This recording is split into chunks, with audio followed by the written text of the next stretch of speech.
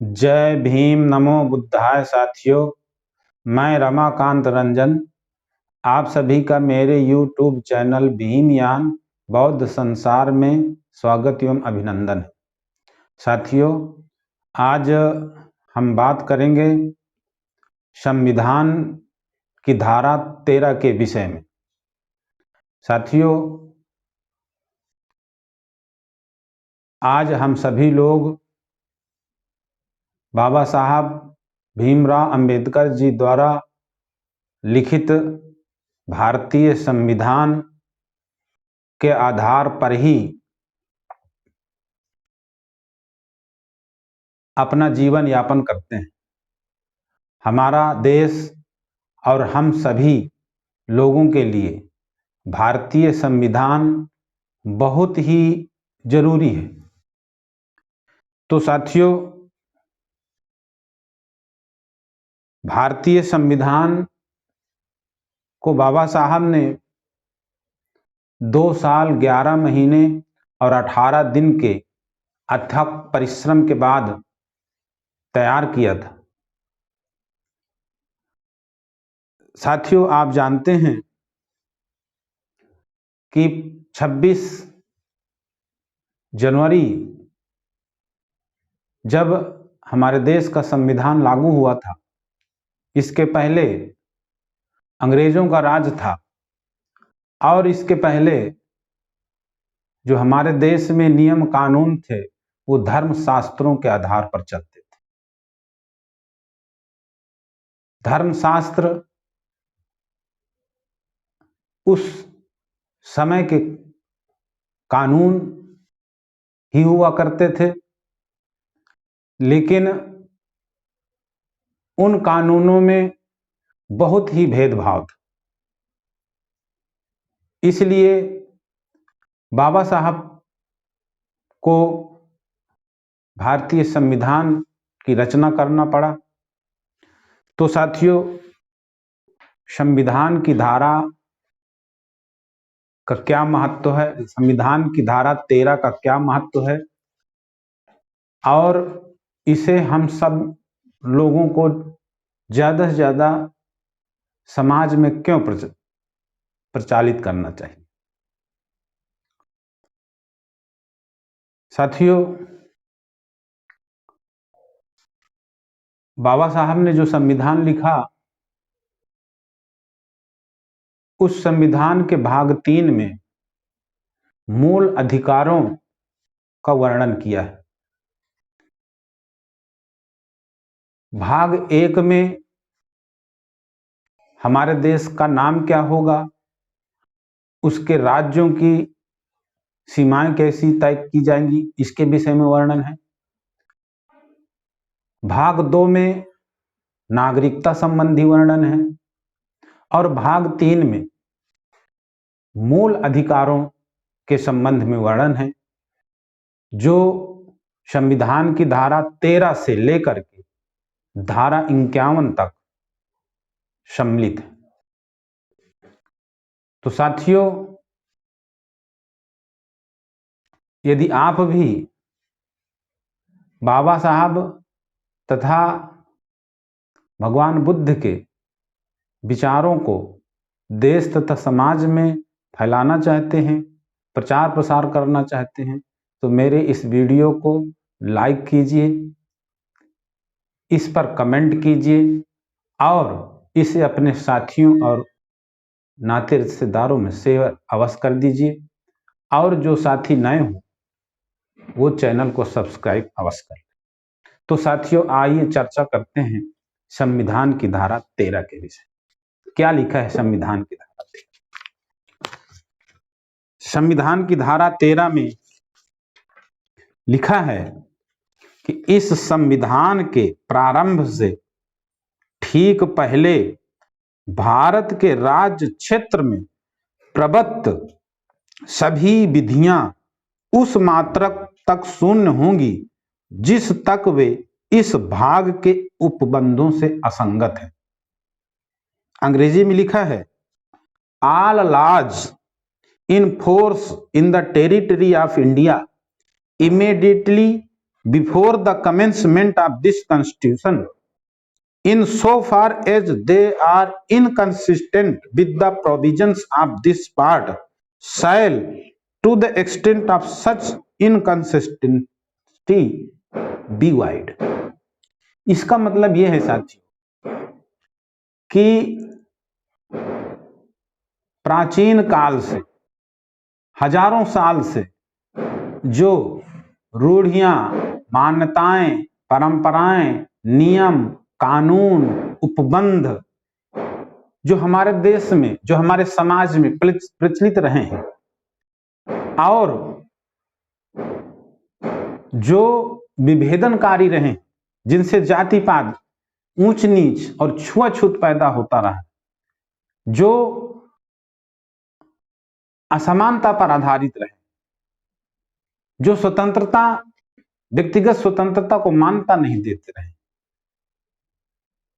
जिनका उद्देश्य केवल कुछ जातियों का वर्चस्व बनाए रखना रहा है, वो सभी नियम, कानून, परंपराएं, मान्यताएं, प्रथाएं, रूढ़ियां,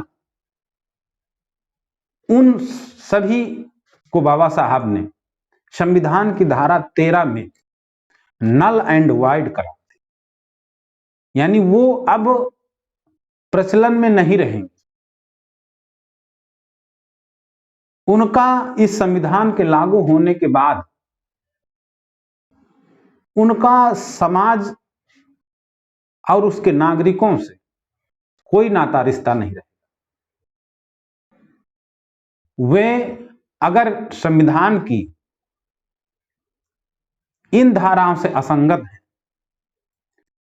तो वे नल एंड वाइड होंगे, वो शून्य घोषित होंगी, उनका कोई प्रभाव नहीं होगा, उनकी कोई मान्यता नहीं रहेगी। तो साथियों, ये एक बहुत ही प्रभावशाली धारा बाबा साहब ने संविधान की इस धारा में जोड़ा है, क्योंकि इसके बाद की जितनी धाराएं हैं, धारा 14 जिसमें समानता का अधिकार है, धारा 15 जिसमें भेदभाव की स्पष्ट मनाही की गई है, धारा 16 जिसमें सभी लोगों को समान कार्य के लिए समान वेतन और सभी को अवसरों की समानता प्रदान की गई है, धारा 17 जिसमें छुआछूत का अंत किया गया है, धारा 18 जिसमें उपाधियों का अंत किया गया है, धारा 19 जिसमें अभिव्यक्ति की स्वतंत्रता प्रदान किया गया है। तो इन सभी धाराओं का जो आधार धारा है वो धारा 13 है, क्योंकि साथियों इसके पहले जो देश में नियम और कानून थे वो असमानता पर आधारित थे, जाति भेद मानते थे, वर्ण व्यवस्था को मानते थे, लिंग भेद को मानते थे,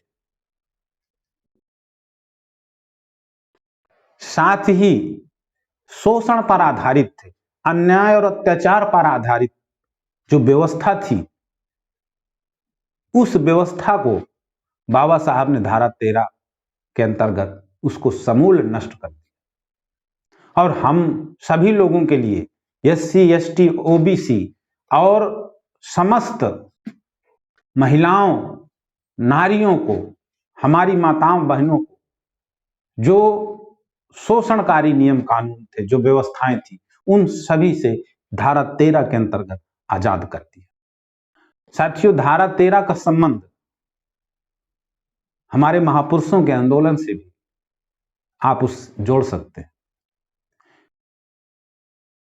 इस देश में जब तथागत गौतम बुद्ध आए, उन्होंने सबसे पहले जो धारा 13 में बाबा साहब ने संविधान में उल्लिखित किया है, उन्हीं से मिलती जुलती बातों का प्रचार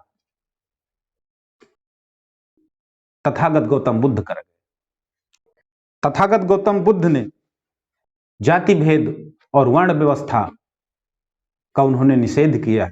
उनके उपदेशों में, उनके जीवन में उन्होंने जो एक आदर्श रखा समाज के सामने, तो उसमें जाति और वर्ण के लिए उन्होंने कोई जगह नहीं दिया।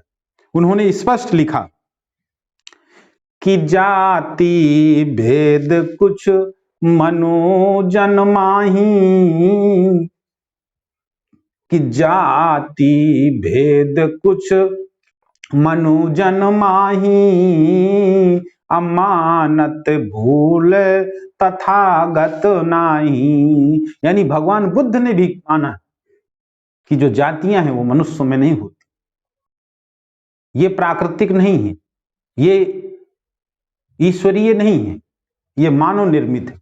और इस स्वार्थ भगवान बुद्ध ने और आगे कहा है कि बोले बुद्ध तजही छल छाही, अतौ कछु भेद न मनुजन माही। भगवान बुद्ध कहते हैं कि अगर किसी के अंदर छल और कपट नहीं है तो फिर इंसान में कोई भेद भाव नहीं हो सकता। वर्ण व्यवस्था के लिए उन्होंने भी कहा कि वर्ग विभाग न मनुजन बीचा, और सर्व समान ही ऊंच न नीचा। कि जो वर्ण व्यवस्था है ये भी मनुष्यों में नहीं है, ये भी काल्पनिक है, ये भी अव्यवहारिक है, ये भी प्राकृतिक नहीं है। इसका भी उद्देश्य लोगों को बांट करके और अपने स्वार्थ की पूर्ति करना रहा है। और यही बात बाबा साहब ने संविधान की जो धारा 13 में उसमें उल्लिखित कर दिया कि जितने भी उपबंध है, जितने भी जो है नियम कानून है, जितने भी परंपराएं हैं, प्रथाएं हैं जो जाति और वर्ण व्यवस्था पर आधारित हैं, वो सभी नल एंड वाइड घोषित किया जाता है, उनको शून्य घोषित किया जाता है। इसी तरह जो संविधान की धारा 14 में बाबा साहब ने लिखा कि जाति, वर्ण, लिंग, रंग, निवास स्थान के आधार पर कोई भेदभाव नहीं कर सकता, उसको भगवान बुद्ध ने आज से 2500 साल पहले वो कह के गए हैं। उन्होंने कहा है कि मोहित नारी पुरुष सम दो, कि मोहित नारी पुरुष सम दो, और आहे न रंचहु घट बढ़ को। इसी प्रकार एक ही जाति, एक ही वर्ण को सेवा करने के लिए जिन लोगों ने ऐसा कानून बनाया था, जिन लोगों ने ऐसी प्रथाएं बनाई थी कि एक जाति एक वर्ण के लोग ही सेवा करेंगे, भगवान बुद्ध ने उस बात को भी नकार दिया था। और उन्होंने कहा था कि टहले करन हित बाध्य न कोई, अमान्य विरुद्ध विधान न मोई। और यही बात बाबा साहब ने संविधान की धारा 13 में स्पष्ट कर दिया कि जो इस प्रकार के कानून होंगे, जो इस प्रकार के नियम होंगे, जो इस प्रकार की मान्यताएं होंगी, प्रथाएं होंगी, वो सब नल एंड वाइड होंगी। बाबा साहब ने सभी लोगों को समानता का हक दिया, सभी लोगों को एक ही धरातल पर कर दिया।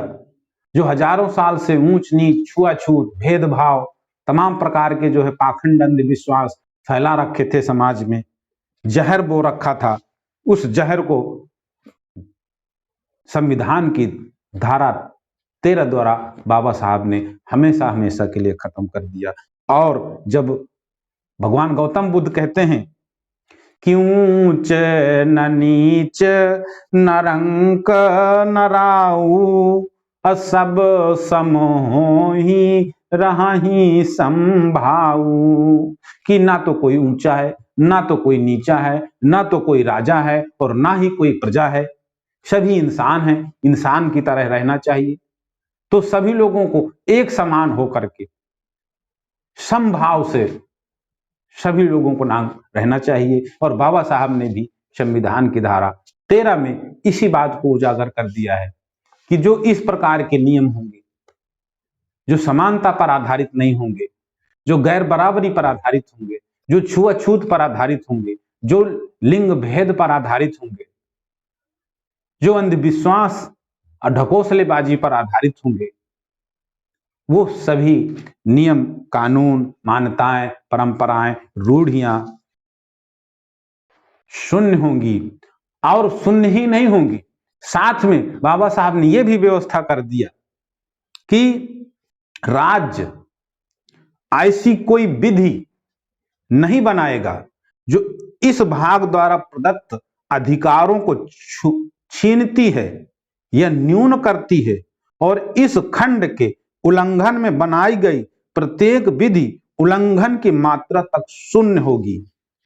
अंग्रेजी में लिखा कि the state shall not make any law which takes away और abridges the rights conferred by this part, and any law made in contravention of this clause shall to the extent of the contravention be void। इसका मतलब यह है कि पुरानी मान्यताओं, परंपराओं, नियम, कानूनों को तो बाबा साहब ने रद्द ही कर दिया, लेकिन भविष्य में भी ऐसा कोई कानून नहीं बनाया जा सकता। बाबा साहब ने संविधान की धारा 13 में लिखा कि सरकार या राज्य या स्थानीय प्रशासन